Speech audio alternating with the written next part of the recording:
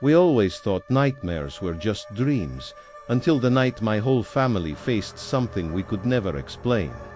It started like any other evening, but by the time the sun rose, none of us would ever see our home the same way again.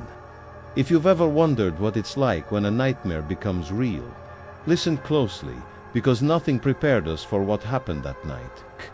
My family was always close. We'd eat dinner together, laugh at silly TV shows, and talk about our day before heading to bed.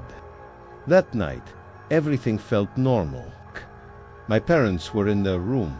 My younger brother was playing games on his phone, and I was scrolling through social media, half asleep. The house was quiet. The only sound was the hum of the fan and the distant barking of a dog outside. I remember thinking how peaceful everything felt, and how lucky I was to have a family that made me feel safe. But as I turned off the lights and closed my eyes, I had no idea that our ordinary night was about to become the most terrifying experience of our lives. It started with small things. My brother said he heard footsteps in the hallway, but when my dad checked, there was nothing there. My mom thought she saw a shadow move past the kitchen door, but she brushed it off as her imagination. Even I felt a strange chill in my room, like someone was watching me from the corner. We all tried to ignore it, telling ourselves it was just the house settling or the wind outside. But deep down, I think we all felt it, the sense that something was wrong, that we weren't alone. Around midnight, I woke up to the sound of whispering. At first, I thought it was my brother talking in his sleep, but the voices were too low, too strange. I sat up and listened, my heart pounding. The whispers seemed to come from everywhere and nowhere at once, echoing through the walls. I got out of bed and peeked into the hallway. My brother was standing there, wide-eyed, saying he heard someone calling his name. My parents came out of their room, both looking scared. We all stood together in the hallway, listening to the silence, afraid to speak, sittily. The lights flickered and went out, plunging the house into darkness. My mom screamed, and my dad tried to turn on his phone's flashlight, but it wouldn't work. We huddled together, feeling completely helpless. That's when we saw it, a tall, shadowy figure standing at the end of the hallway, its eyes glowing faintly in the dark. It didn't move, but its presence was overwhelming. My brother started to cry, and my mom held him close, whispering prayers. My dad tried to step forward, but it felt like the air itself was holding him back. We were all frozen, unable to move or speak, trapped by the shadow's gaze. The shadow didn't attack us, but it didn't leave either.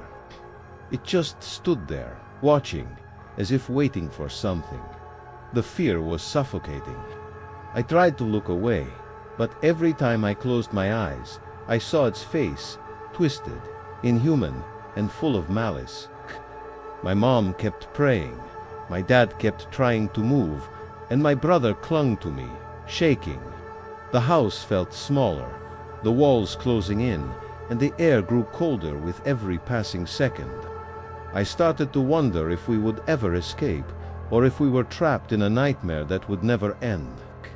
If you've ever experienced something like this, or if you believe in real-life nightmares, let me know in the comments.